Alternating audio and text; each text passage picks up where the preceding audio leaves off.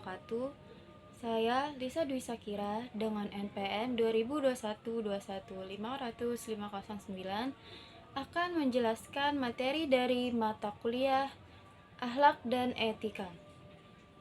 Yang pertama, etika Islam dalam demokrasi dan penegakan hukum. Yang pertama, pengertian demokrasi. Demokrasi adalah sistem pemerintahan yang menempatkan rakyat sebagai pemegang kekuasaan tertinggi. Dalam Islam, kekuasaan sejati adalah milik Allah Subhanahu wa Ta'ala. Meskipun demokrasi berasal dari Barat, beberapa nilainya seperti musyawarah dan keadilan memiliki kesamaan dengan ajaran Islam. Namun, demokrasi dianggap memiliki kelemahan karena mengandalkan suara mayoritas yang bisa menyimpang dari hukum syariat. Yang kedua ada kriteria kepemimpinan dalam Islam.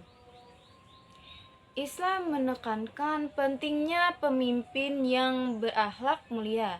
Rasulullah Shallallahu Alaihi Wasallam menjadi teladan utama dengan 4 sifat. Yang pertama syidik, artinya jujur. Yang kedua amanah, yaitu dapat dipercaya. Ketiga fatonah, artinya cerdas. Dan 4 tablik, artinya komunikatif. Yang ketiga yaitu syarat pemimpin menurut Islam. Menurut Imam Syafi'i, seorang pemimpin harus memenuhi beberapa syarat. Yang pertama, merdeka, laki-laki, sehat indera dan akal, dewasa, adil, mujtahid atau mampu memahami syariat. Semua syariat ini ditujukan agar pemimpin dapat menjalankan tugas dengan baik dan sesuai hukum Islam. Selanjutnya, penegakan hukum. Penegakan hukum bertujuan menjaga ketertiban, keamanan, dan keadilan.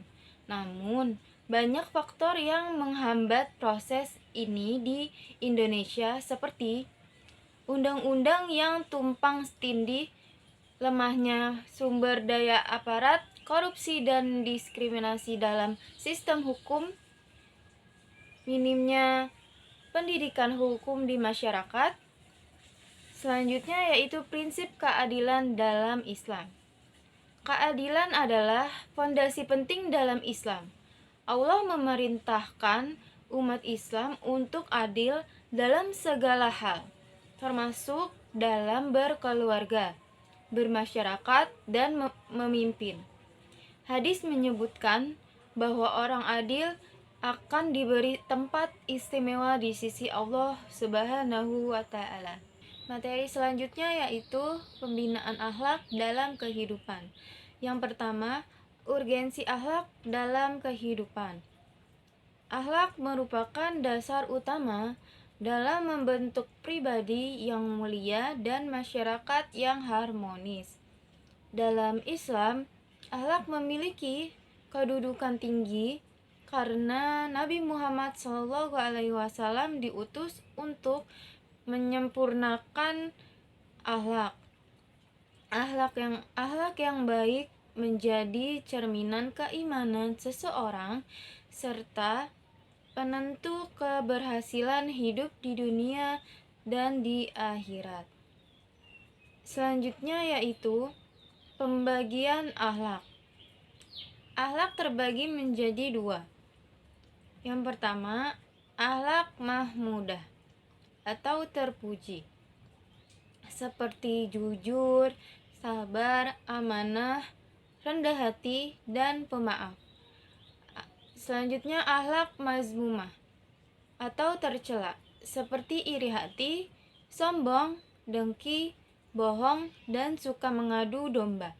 Kedua jenis akhlak ini dapat diamati melalui perilaku sehari-hari dan mempengaruhi hubungan sosial seseorang. Selanjutnya ada faktor-faktor yang mempengaruhi terbentuknya akhlak. Yang pertama faktor internal, yaitu nafsu dan hati.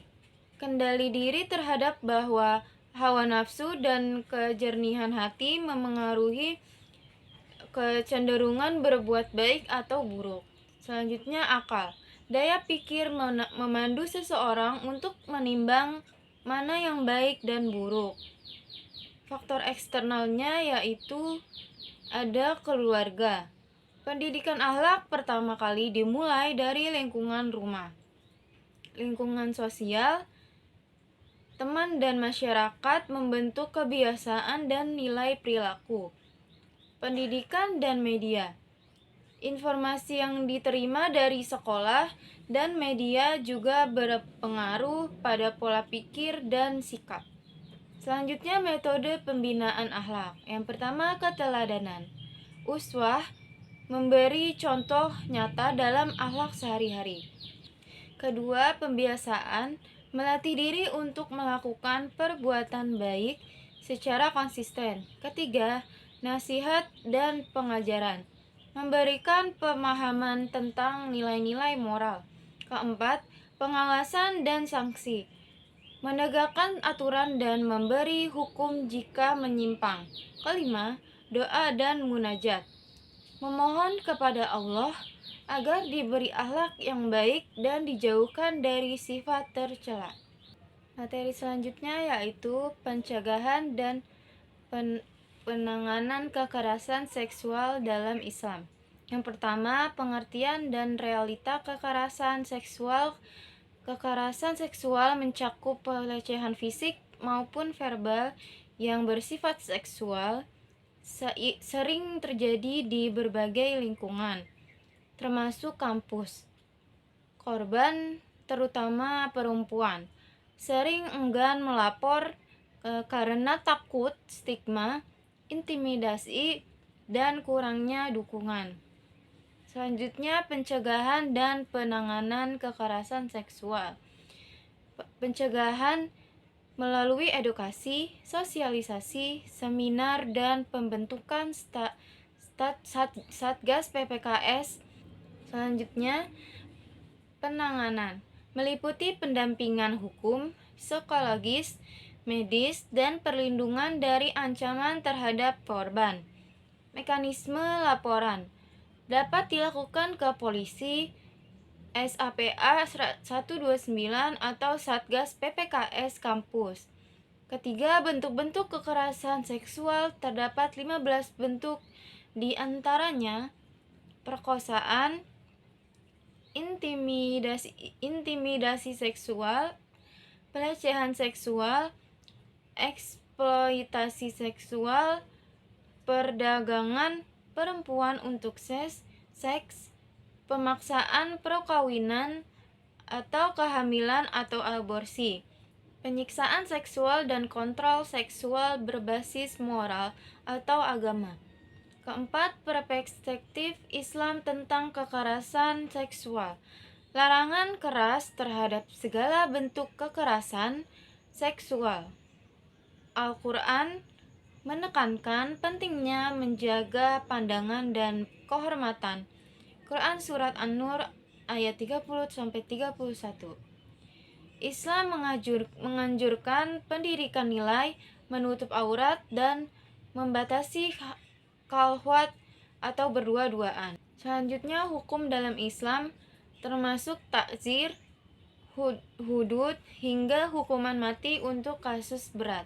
Kelima, faktor penyebab kekerasan seksual, yaitu individu, gangguan psikologis, nilai pribadi,